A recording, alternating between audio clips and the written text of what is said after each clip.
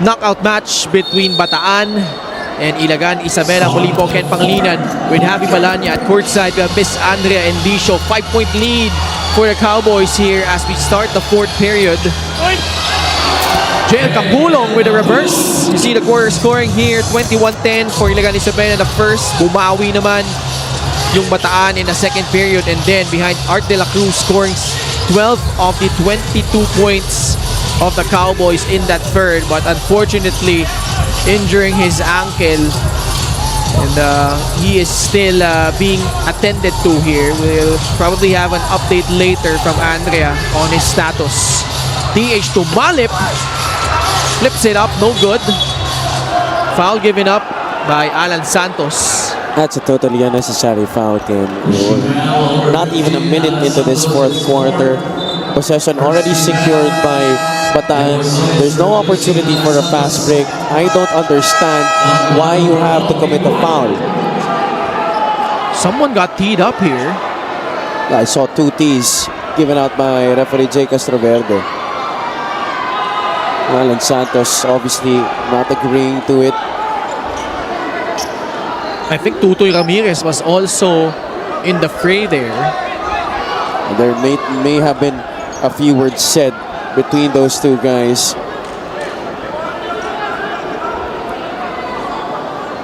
Parang double technical ito, ha? Yes. Let's listen in.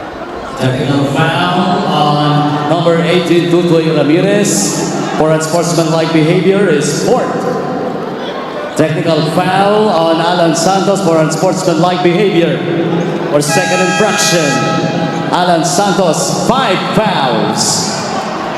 Yeah, you talked about how poor that foul was, and then compounding their woes with a technical foul. He is out of the ball game. 5 fouls already for Alan Santos, and that's big, Javi, considering you don't have Art de la Cruz. Yung frontline rotation ng Ilagan Isabela mabubutasan dito. Yeah, especially in a game like this, you need that veteran leadership, especially because this game has been very close. Look at what happened there. Totally unnecessary. Also remember, no Dennis Santos. Yes.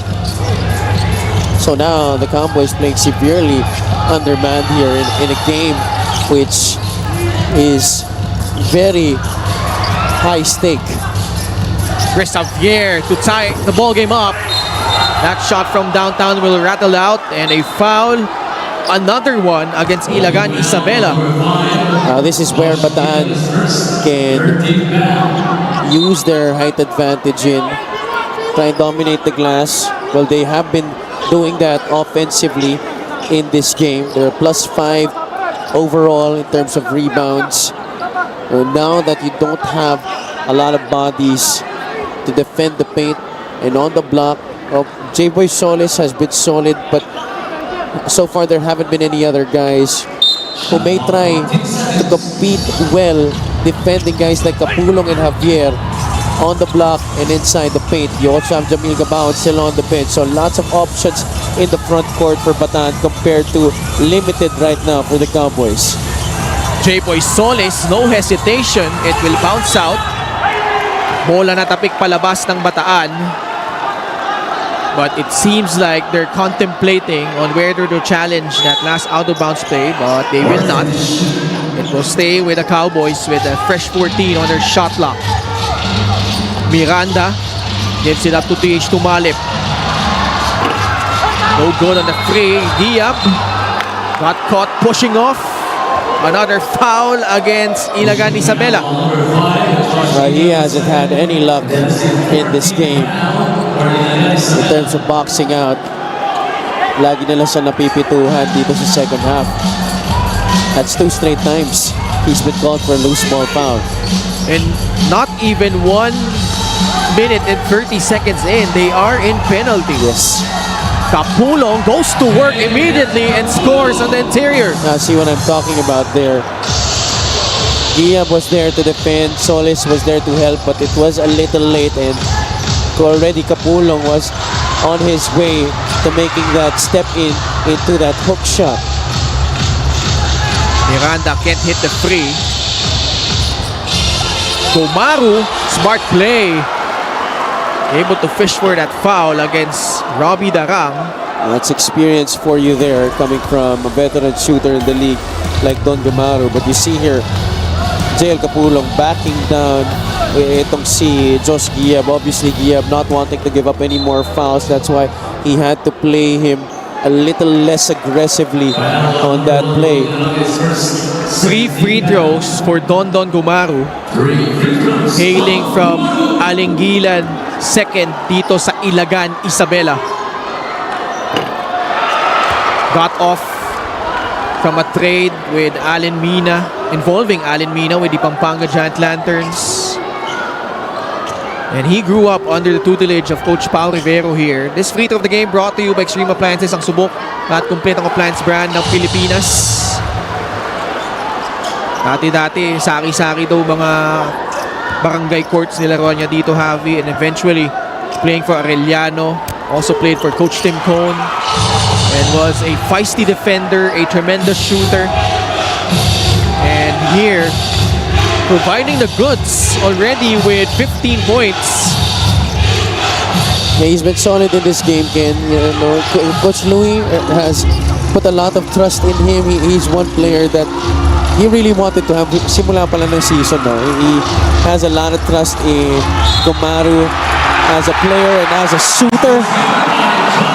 But this guy, he also practically grew up under the tutelage of Coach Louis Gonzalez. I'm talking about Josh Giab, and he got a pass from someone who shared that kind of experience in AJ Miranda. Just his third game after that injury he suffered, missed 2 months, averaged just 3 points per contest in his first 2 games back.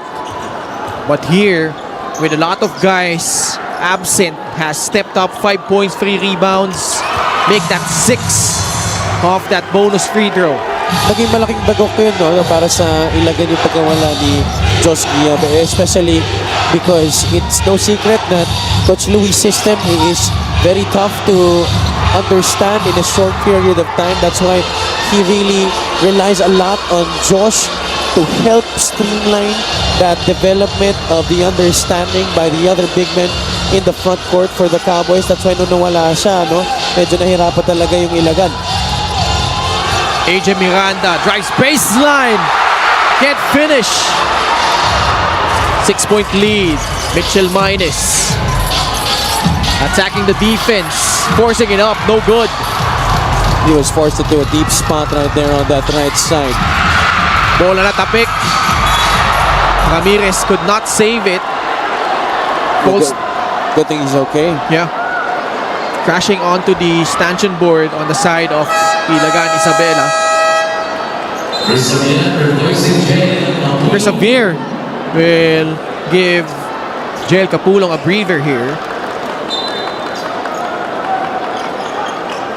At stake. Ilagan Isabela searching their very first playoff appearance in the Mpbl, while Bataan, a proud franchise, missed the playoffs the past couple of seasons, would like to return.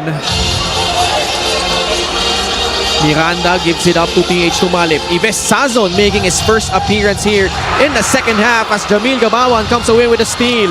The pass to Ives. Second block from TH Tumalip. Well, what about the timing on shots in this game by TH Tumalip?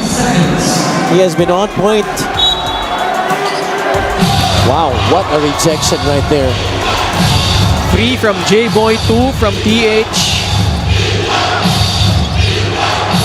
Ives Sazon, jab step, puts it on the deck.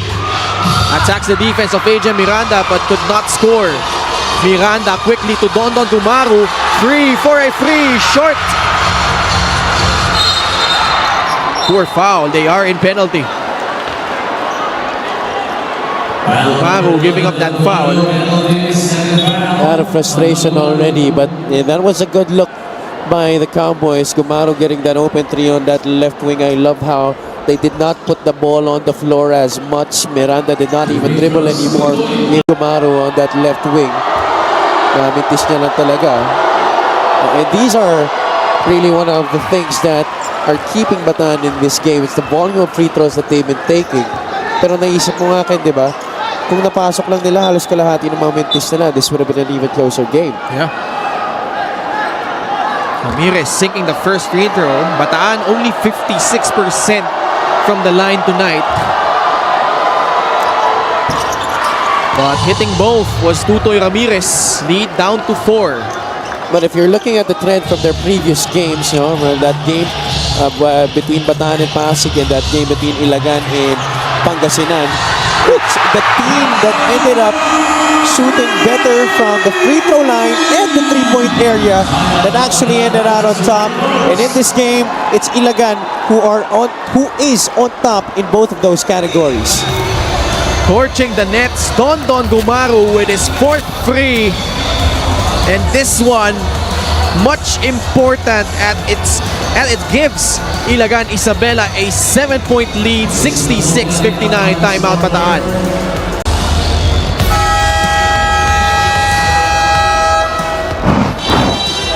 Don Gumaru finding the touch from downtown, 18 points with 4 threes to go along with 3 rebounds and 2 assists. Already surpassing his total from that last game against the Heat Waves where he had 11 points, and we are not yet finished here. Gumaru trying to be that one to steady the ship in lieu of Art de la Cruz. AJ Miranda hasn't been his usual self here in the second half. Thankfully for Ilagan, Gumaru has been that guy. Speaking of Art de la Cruz, we have an update from Miss Andrea Andisio. We saw how Art de la Cruz was trying to walk after what happened to him, but unfortunately, striking daw talaga yung pain. The last time he got an ankle injury was with his left, but this time it's his right. His right ankle is starting to swell and is currently being iced inside the dugout with the extreme and sharp pain. He took some pain medication already, but he'd be out for the rest of the game. Back to you guys. For Ilagan Isabela, maraming salamat Andrea for that report. Under 6 minutes remaining, so the Cowboys will have to do this without their leader Art de la Cruz, but it's Don Gumaru who has stepped up here in the 4th quarter. Chris Javier open for 3. It's good. Nicely done on that set by Bataan. They left Chris Javier wide open there. Bataan was able to assess the defense well. Ilagan picked their poison. Were they going to give that drive to Alfred Flores or allow that open 3 by Chris Javier? That's what they picked, that Chris Javier outside shot. Good thing Javier was able to capitalize. Ilagan Isabela coming up empty on that trip. Tutoy to Ives. Catch and shoot 3. Off the mark. Bola tatalbog sa baseline. Babalik ang possession sa panig ng Ilagan Isabela. Sazon has yet to make his stride in this game. Continuing to miss itong si Ives. In fact, scoreless. Yes. And has played only 7 minutes. He's 0 out of 7 from the field. J-Boy. Tatalbog palabas. Rebound nakuha ni Ives Sazon. Past the halfway point of the 4th period. Tutoy Ramirez has 4 fouls. Chris Javier serving the floor. Gives it up to Alfred Flores. Flores launches. It will bounce out. Bola mananatili sa panig ng Bataan. So a free guard set up again for Bataan. Tutoy Ramirez, Hubert Cani, and Alfred Flores together. That's how confident the coaching staff is in these 3 guys. Yeah. You saw after that miss by Alfred Flores, Coach Ogie Gumate kept egging on Alfred na kumpiyansa lang, tira ka lang ng tira. Hubert Cani under the rest. Left that one short. Ball. He had to take that. That was a shot clock winding down. Ilagan Isabela chance to create some separation, but they're forced into another turnover. But a counter steal by Don Gumaru. And free on the other side was TH Tumalip. 9 points for TH. Crucial swing there. Instead of Bataan cutting it to 2, it's now up to 6. Flores. There's a mismatch. And it's with Gabawan. They could not locate him down low. Gabawan tried to keep it alive, but it will go back to Ilagan Isabela.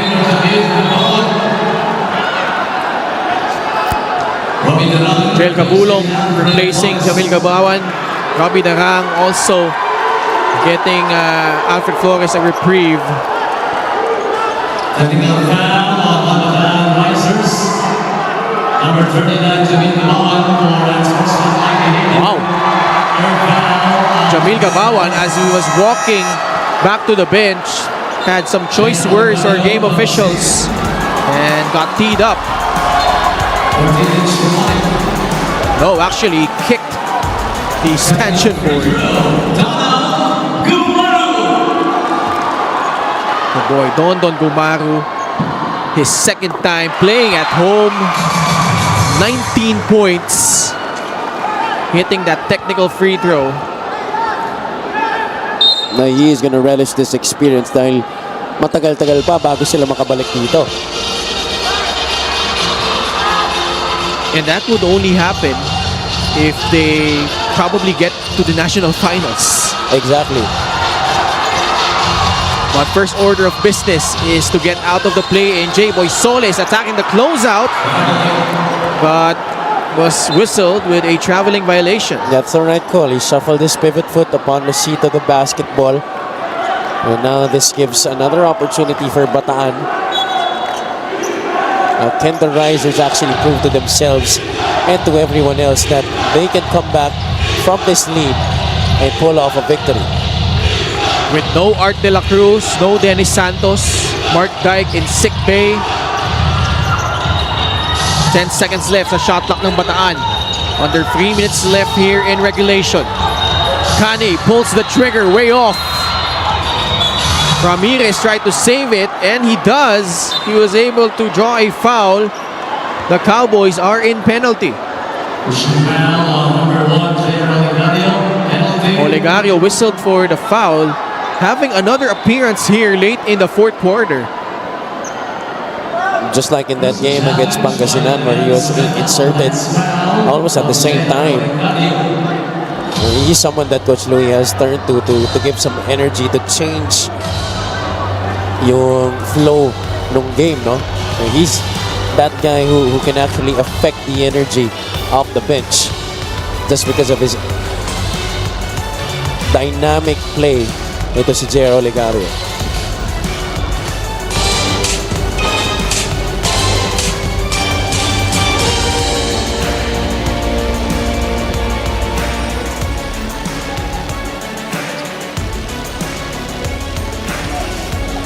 Upon review, the challenge was unsuccessful.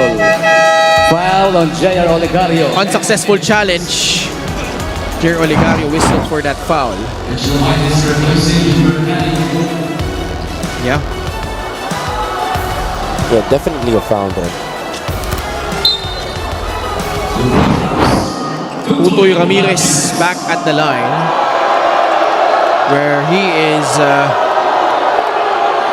so far having a nice shooting clip, and he hits the first. Utoy Ramirez with 9 points, 6 rebounds, 4 assists, 4 out of 5 from the free throw line, playing 26 minutes. Though he has 4 fouls, has been the primary defender against Ajem Miranda. Lead down to 5. Still a little below 3 minutes left here in the fourth quarter. Josh Giab, no handoff opportunity. Bagsak si Robbie Darang. Baseline drive by Gumaru, setting up Josh Giab, who got rejected. Agawan sa bola sa ilalim. Ramirez comes away with it, but it's a jump ball situation. Possession arrow pointing to the Cowboys, but only 1 second left on their shot clock. That's a big stop there defensively by Bataan. All they have to do right now is defend that 1 second on the shot clock. But what's important rin para sa kanila, they need to get knocked down offensively and score a basket. Both teams in penalty. Bataan only has one timeout remaining. Baseline inbound for AJ Miranda. Solis catch and shoot. No good. It's a shot clock violation. Ball did not hit the rim. Lucky break for Bataan because they were unable to secure the defensive rebound. Mitchell Maines, Tutoy Ramirez, Robbie Darang, Chris Xavier, and JL Kapulong, the unit for Coach Ogie Gumatay. Tutoy Ramirez, how about Tutoy with 11 markers here in a do-or-die game against the Cowboys. Big shot right there, and he managed to do that in just a short amount of time, Ken. Sorry, 12 points for Tutoy as we enter the last 2 minutes. Miranda has been held in check here in the fourth. Three-point shot will not work. Ball saved to the wrong guy, but Mitchell Maines unable to keep it in play. Oh, that's what J.R. Olegario is there for. That could have been Mitchell Maines already trying to cross the timeline or giving it up to a guy in front of him. Instead, Olegario was there being that pest defensively. And now he forces a turnover on Bataan. Another close game, Javi, much like in Mindoro. Last spot in the division. We saw Mindoro hold their own in their home floor, weathering that late fight back by the Cebu Greats. Now Ilagan Isabela trying to do the same against a very determined One Bataan Riser squad. Yeah, I'm sure this will have to be the most exciting postseason yet that we're going to have in the Mpbl. This is just a play-in tournament. The playoffs haven't even started yet. Kumbaga sa meal, Javi, appetizer pa lang Mismo. ito. Busog ka na. What more yung mga main course natin? The playoffs will start in just 2 days. Now, which team will emerge and book the last ticket to the North Division playoffs? TH Tumalip had time but can't hit the free. Agawan sa bola, nakuha ni JL Kapulong. He got fouled and the Cowboys are over the limit. Another terrible foul given up there. Just like in the regular season. And this just might be the death of Ilagan in this game. Those unnecessary fouls. It all started here in the fourth quarter with Alan Santos giving up his 5th personal foul. That was not even a minute into the period. Got into the penalty around the 4-minute mark. Just past the 5-minute point of our quarter. And because of that, they've given Bataan numerous opportunities at the free throw line. Although it hasn't been really sunny at the charity stripe for Bataan in this game, it still gives them hope because you're giving them a tips with the clock stop and nobody in front of you. Kapulong, for much of the season, has struggled from the line, but tonight, 6 out of 7. 16 points to go along with 7 rebounds. Yeah, he's their best free throw shooter tonight. But a big miss on the back end of those free throws. But still just a 2-point ball game. Miranda struggling to find his offense here in the fourth. Has been held in check by Tutoy Ramirez. Miranda makes his move. Sent back to the friend zone by JL Kapulong. Excellent help defense right there. Galing kay JL Kapulong. Not only doing it on the offensive side, but also protecting the basket when they needed him to do so. Especially with the clock winding down, Miranda was able to blow by the initial defender. Good thing Kapulong was there to prevent the basket. Coach Louis Gonzalez using one of his 2 remaining timeouts. We'll be back after the short break.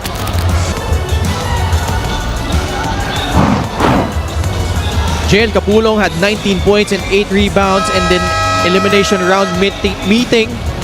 But tonight, Javi almost duplicating that performance. 16 points, 7 rebounds on an efficient shooting clip from the field and from the line. Yeah, ang maganda dito sa kanya, no? He's been doing it in a very quiet manner. But because of that, Bataan has gotten back into this game. When the other guys, the main guys, weren't able to produce, look who came to the fray. JL Kapulong, steady big man para sa Bataan sa laro na to. And that was their last meeting way back more than 5 months ago, or almost 5 months ago, where Ilagan Isabela edging Bataan in Orion. Ilagan Isabela winning against Bataan 69-67. We have a close encounter today. 69-67 is our score. And another curious thing to add to that, Ken, is JL Kapulong was also the leading scorer for Bataan in that game. He had 19 points. Bola muntik na maagaw. Miranda recovers, puts it up, no good. Time winding down. But Bataan could not secure the defensive rebound. Oh boy. Hold on. Under a minute left. Miranda with 2 seconds. Tumale for free. No good. Rebound JL Kapulong. Mitchell Minus attacks. Got fouled. And 2 more free throws coming up for Bataan. Definitely a foul.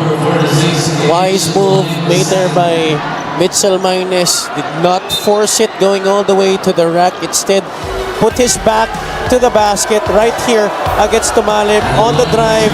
Ayun, naabutan ng konting wrist ni PH Tumalip. Ito si Mitchell Minus. Pressured packed free throws for Mitchell Minus, who calmly sinks the first.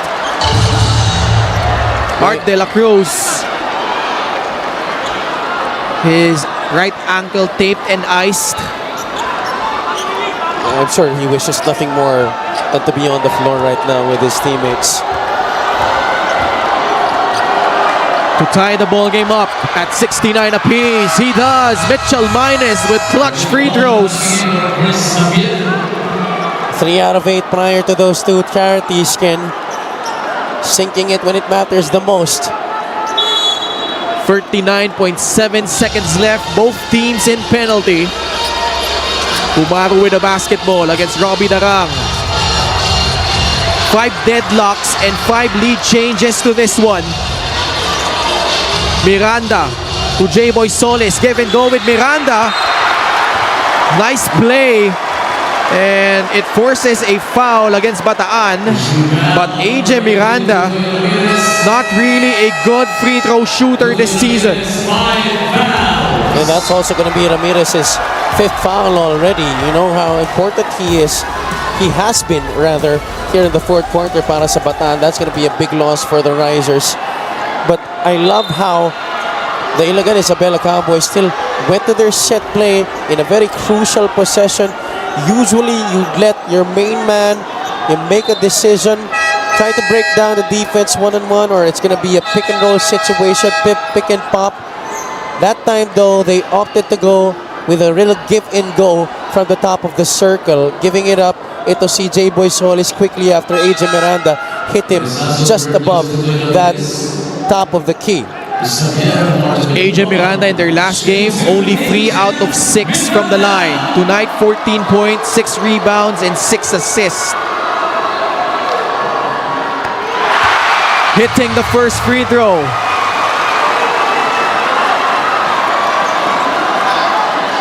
Expect a timeout here from Bataan if he makes the second. His first trip from the free throw line.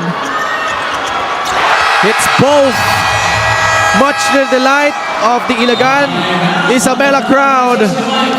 Last time out being used here by the One Bataan Risers. Let's see what they can map out for the last 25.5 seconds of regulation. And we see here, Bataan down by 2. Let's listen in. Chris, ikaw to ha. Chris, doon sa tayo mag-inbound. 14-24. 14 na. 14 tayo. Chris, okay. Kapulong, ikaw to ha.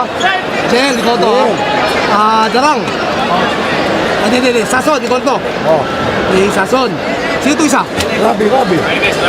Minus, Minus. Okay. Rabi. Rabi, nasa mo lobo. Ganito lang ha, Chris. Take tayo, sabay ha, minus. Pag-take niya, labas lang, hey. Minus, lumabas ka agad ha. Sabay ha. Sason, bigyan mo big si Kapulong dito. Pag meron, bigyan mo. Pag wala, si Bes, mapapout. Yan lang. Minus. Yeah. Diretso ha. Pero pag si Chris, libre-libre, bigay mo na. Pero pag wala, tingnan mo, either si Kapulong lang o si Sason ha. So they opt to inbound it heavy on the front court. So 14 seconds on their shot clock. What were you able to draw out of that last huddle? Well, they're looking at various options here, no? Coach Mactan was very clear. First of all, sinabi niya kay Robbie Darang na tibahin mong loob mo, lakasan mong loob mo. They're looking at a middle option here. They're going to Kapulong. There you go. Kapulong forcing it up. Ball will stay with Bataan. He was really hammered by the defense there. Oh, pinuyog siya dun. A triple team on JL Kapulong. But this was a nice setup. You see almost 3 guys coming to Malip was a little late, but Gumaru and J-Boy Solis did a good job of preventing a shot, defending without fouling. Sazon for the lead. No! Ball batted around and it ends up with Ilagan Isabela with 14.2 seconds left. Josh Giab will go to the line. A chance to make this a 2-possession ball game. I did not feel the need for a 3-point shot. There was still time remaining for a better look. This was defended by AJ Miranda. Miss Javier was open on the left side. There could have been an option to swing it back down to the post where JL Kapulong has been so effective in this game. Remember, there has not been a lot of big men that has been able to stop Kapulong sa laro na to. But Ives Sazon choosing to play hero ball right there, I don't think that was the right decision from Ives Sazon. Scoreless in this game. He's missed a ton of shots and yet still trying to go for that 3-pointer when there was still a lot of time for you to go for a quick 2. A putrid night, to say the least, for Ives Sazon. 0 of 8 from the field. Although we've seen him numerous times, even though with a poor shooting night, bail his teams out, but not tonight. Well, at least on that possession. Josh Giab also injuring his ankle, so Wako Pingoy replacing him, taking these free throws. Wako Pingoy sinks in the first. Well, he's no stranger to moments like this. He was born for situations like this. This to make it a 2-possession ball game. He does! Bataan has no more timeouts. Robbie Darang attacks. Lays it up and in. 8.3 seconds left. Bataan still alive. Coach Louie Gonzalez will burn his final timeout. A chance to advance the ball. This was nicely done though by Robbie Darang. Ito sana yung basket na kinailangan nila kanina, a 2-point shot. But now you have a lot of pressure to foul quickly on the other side to prevent the clock from going down and giving yourselves a chance to. Dali lang. Pag binigay dito, double, di ba? Pag 1 second bilang tayo, foul kagad tayo pag wala kuha.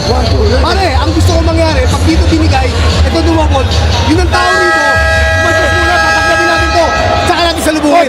Basta pagkakuha, sabay ha, okay, i-shake mo lang to, i-shake mo lang tayo, Jen. Okay, dito tayo, hanapin natin si Jen. Ingat na lang sa bola! Ingat lang sa bola!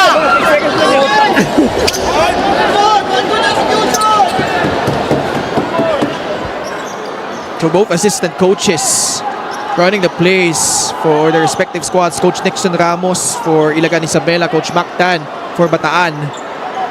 8.3 seconds left. Bataan, if they don't come away with a steal, they need to foul quickly here. Tumalip gets it up to Pingoy. Sazon gives up the foul. Pingoy will troop to the line, potentially to ice the ball game here with 7.2 seconds.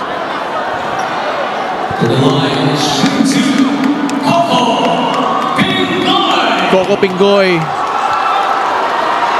came from that trade involving Philip Manalang. Big miss. Wow. I was about to say earlier, that's not the guy you want to foul. Did a good job of getting it to the right guy, but Pingoy missing on that first free throw. This now gives a window of opportunity, even if this will be a make. 3-point ball game. If you're Ilagan Isabela, do you foul or play it out? Robbie Darang to Mitchell Mines, stepping back, gives it up to Darang for free. No!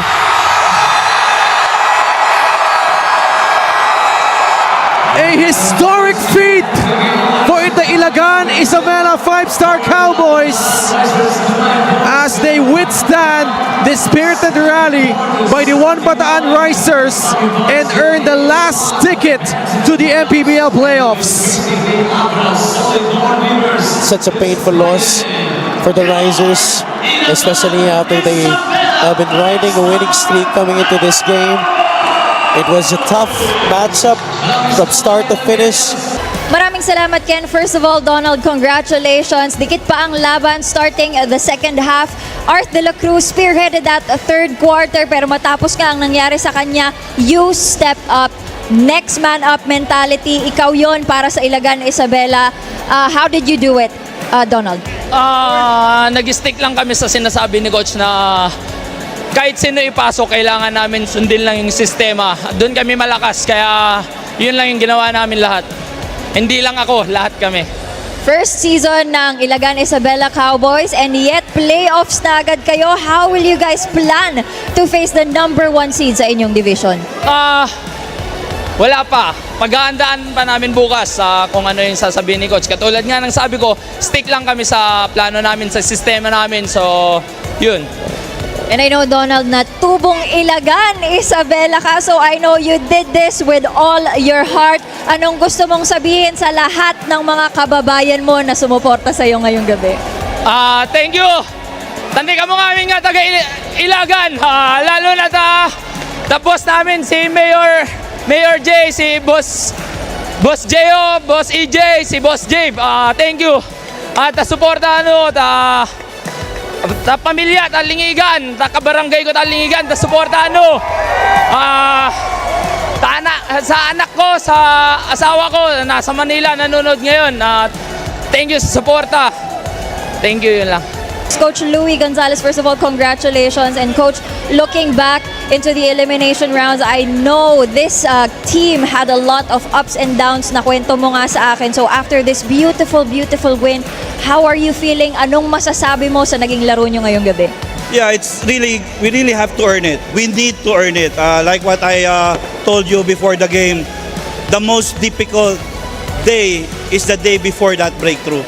We started well. We started perfectly. Pero ako, kinakabahan talaga ako pag ganun yung simula kasi alam ko at some point babalik yung kalaban. Good thing na itong mga players ko really stayed together. Okay, it was evident, it was vital, especially nung nasaktan si Art. Nasaktan yung aming best player. Pero lumabas yung they played together, they played collectively. And kasi ako ramdam ko the way they practice, the way yung sacrifices nila, alam ko deserve nila to And pasalamat pa rin ako sa Diyos, na pasalamat ako kay Lord na ibinigay sa amin to at nakita niya na deserving kami. And I know, Coach, that this is a time for celebration, pero ang susunod niyong laban is against Abra. How do you plan to fight against the number 1 team? I don't know kung paano kami magse-celebrate kasi we need to get on the road tomorrow going to Abra. Siguro after this, okay, bibigyan ko sila ng konti, pero we're gonna go back here tomorrow morning. We're gonna practice and prepare para doon sa playoff.